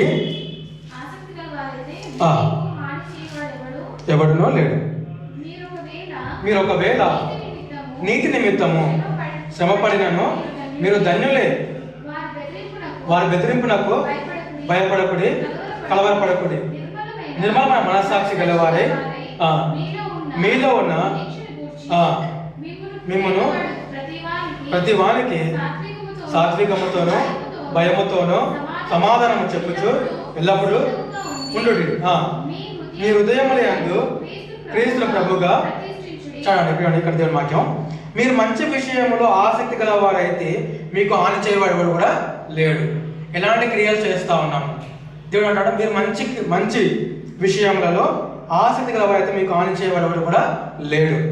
మీరు ఒకవేళ నీతి నిమిత్తం శ్రమపడినను మీరు ధన్యులే. మీరు ఏమన్నా ఒక మంచి పని చేస్తారు, దానివల్ల మీ మీద మళ్ళీ మీకు ఏమైంది? నిందలు వచ్చాయి, అవమానం వచ్చింది. మీరు ఏం చేయండి? మీరు ధన్యులని దేవుని వాక్యము సెలవిస్తూ ఉంది. వారి బెదిరింపులకు భయపడకూడదు, కలవరపడకూడదు. ఎవరైతే మీ మీద నిందలు వేసిన వారు మీరు ఏం చేయొద్దు? భయపడద్దు, బెదరకూడదు. నిర్మలమైన మనస్సాక్షి గలవారై మీలో ఉన్న నిరీక్షణ గురించి మిమ్మును హేతువు అడుగు ప్రతి వానికి సాత్వికముతోను భయముతోను సమాధానం చెప్పుటకు ఎల్లబద్ధముగా ఉండండి. క్రీస్తు ప్రకటిస్తూ ఉన్నప్పుడు వస్తూ ఉంటాం మన మీద శ్రమలు వస్తూ ఉంటాయి. ఆ శ్రమలో కూడా మనము సాత్వికముతో, అవతల వాడు విరవిగుతున్నాడు కదా, కొట్టడానికి వస్తున్నాడు కానీ మనం వాళ్ళలాగా మనం చేయడానికి లేదు. సాత్వికంతో మనకి ఏం చేయండి? సమాధానము చెప్పండి. ఒక దెబ్బ మిమ్మల్ని కొట్టాడా? పడండి. ఒక దెబ్బ కొట్టాడా? పడండి. కానీ తిరిగి మాత్రం మీరు మరలా కొట్టకండి. అర్థమవుతుంది ఆ మాటలు? వారు మిమ్మల్ని కొట్టినా కూడా, దూషించినా కూడా మీరు తిరిగి ఒక మరొక మాట మీరు ఏమీ చేయొద్దు, అనొద్దు. మళ్ళీ వారు మీరు తిరిగి కొట్టవద్దు. ఎలా మీరు సిద్ధంగా ఉండండి. మీరు ఉదయంలో ఎంతో క్రీస్తు ప్రభువును మీ హృదయంలో ఎవరు ఉండాలి? ఎవరు ఉండాలంట? క్రీస్తును పెట్టుకోండి. క్రీస్తును పెట్టుకుంటే ఇవన్నీ కూడా ఏమవుతాయి? సాధ్యమవుతాయి. అప్పుడు మీరు దేని విషయమై దుర్మార్గాన్ని దూషింపబడుదురో దాని విషయమై క్రీస్తునందు మీ సత్ప్రవర్తన మీద అపనిందలు వేయవారు సిగ్గుపడతారు. అయితే దీని ప్రతిఫలం ఇప్పుడు రాదు. అర్థమవుతుంది కదా? దీని ప్రతిఫలము ఇప్పుడు రాదు. మీరు పొందిన అవమానం కావచ్చు, నిందలు కావచ్చు, వేదన కావచ్చు, బాధ కావచ్చు, దీని ప్రతిఫలము ఇప్పుడు రాదు. టైం పడుతుంది. ఎప్పుడు? క్రీస్తు యొక్క రాకడలు. అప్పుడు ఎవరైతే మిమ్మల్ని హింసించారో, దూషించారు, వాళ్ళు ఏమవుతారంట? సిగ్గుపడతారంట. వాళ్ళు ఏమవుతారు? సిగ్గుపడతారు. చివరి ఒక వచనం చూసుకుని ముగించేస్తాను. ఎఫెసీ 5:15 చివరి మాట. ఇంకా ఇంతకు మించి నేను రిఫరెన్స్ ఇస్తాను. ఎఫెసీ 5:15 దినములు చెడ్డవి కనుక మీరు సమయమును పోనీయక సద్వినియోగము చేసుకొనొచ్చు, అజ్ఞానం వల్ల కాక జ్ఞానుల వలె నడుచుకున్నట్లు చూచుకొనుడి. ఇందు నిమిత్తము మీరు అవివేకులు కాక ప్రభు యొక్క చిత్తం ఏదో గ్రహించుడి, మరియు మద్యపానంతో ఉండకూడి, దానిలో దుర్వ్యాపారం కలదు. అయితే ఆత్మపూర్ణులై ఉండుడి, ఒకరినొకడు సంగీతములతోనూ పాటలతోనూ హెచ్చరించుచు ప్రభుని గురించి పేరిట గురించి దేవుడికి చెల్లించుడి.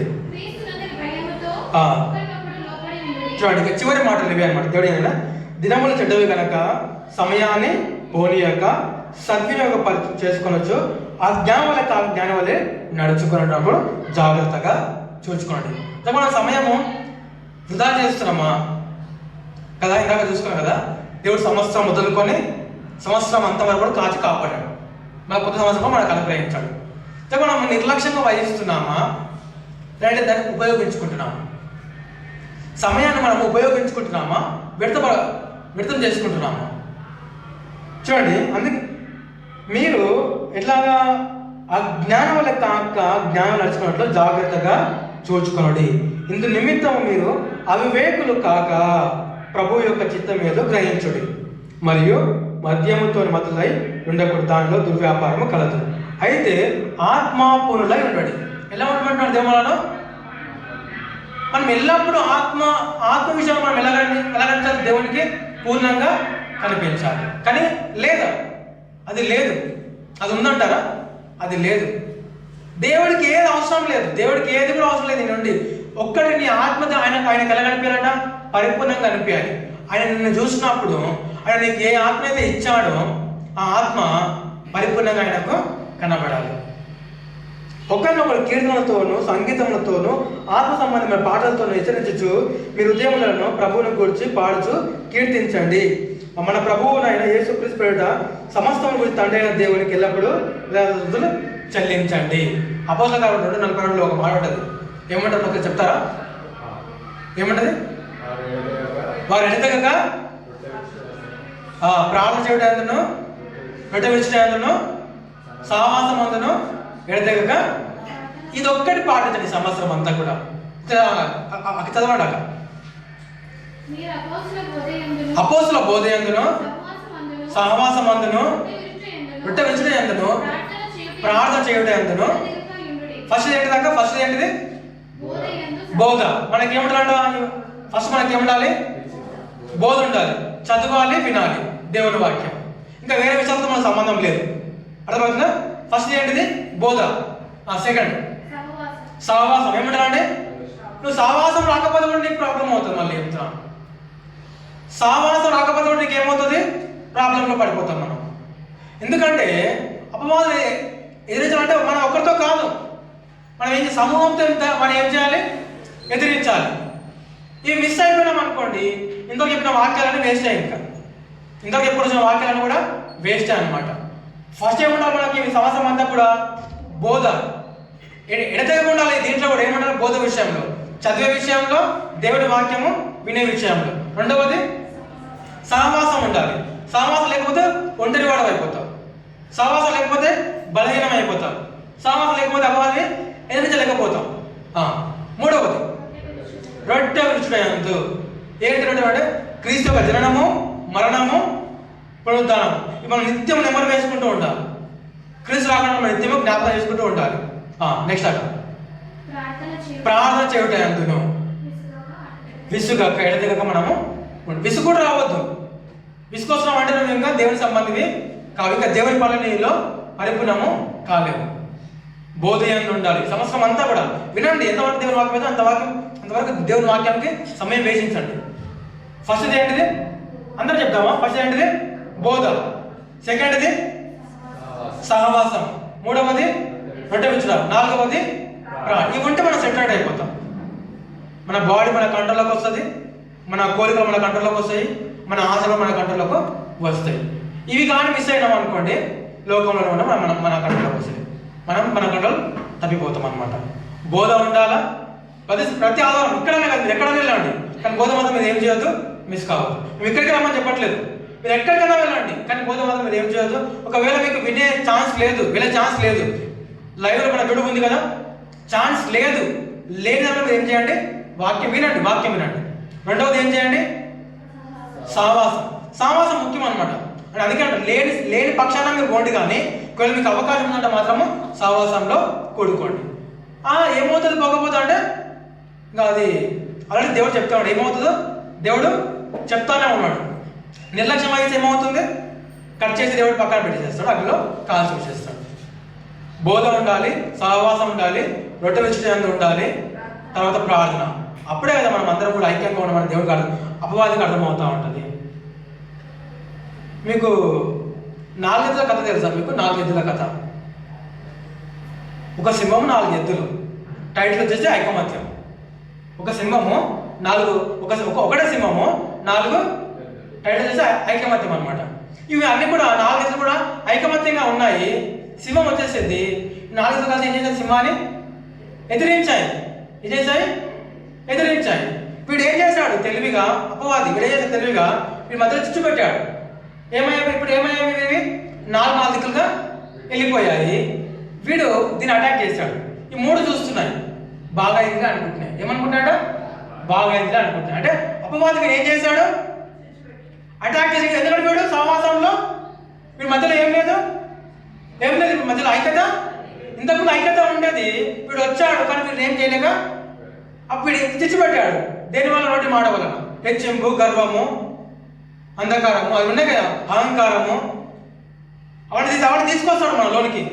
హెచ్చింపు తీసుకొస్తాడు, అహంకారం తీసుకొస్తాడు, గర్వం తీసుకొస్తాడు.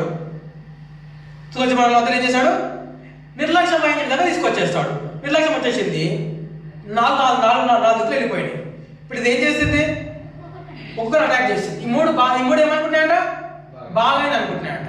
దీని పని అయిపోయింది, దీన్ని అటాక్ చేసాడు. ఈ మిగతా 2 ఏమనుకుంటాయంట, బాగా అయింది అనుకుంటాయి, దీన్ని అటాక్ చేసింది. ఈ ఒకటి ఏమనుకుంటుంది, సేమ్ ఇది కూడా సంఘానికి అప్లై అవుతుంది.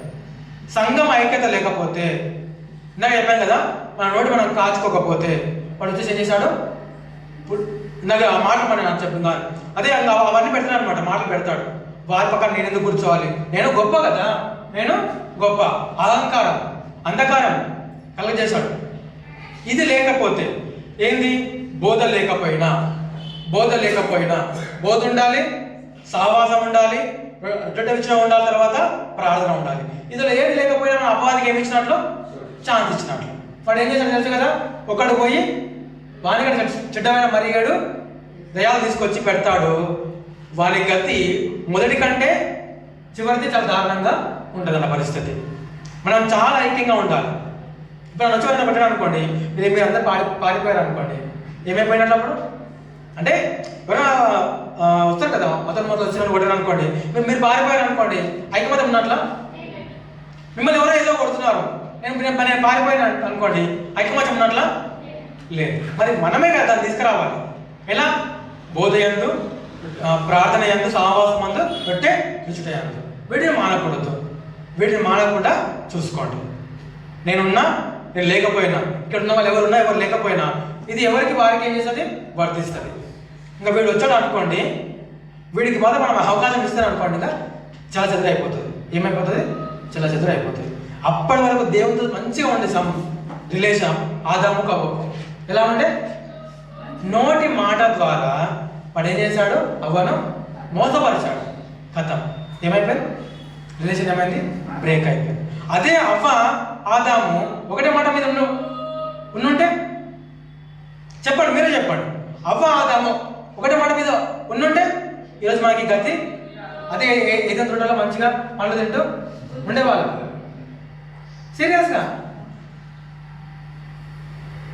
అర్థమైంది కదా. మన నోరు ఈ సంవత్సరం మన నోరని మనం కంట్రోల్ పెట్టుకుందాం.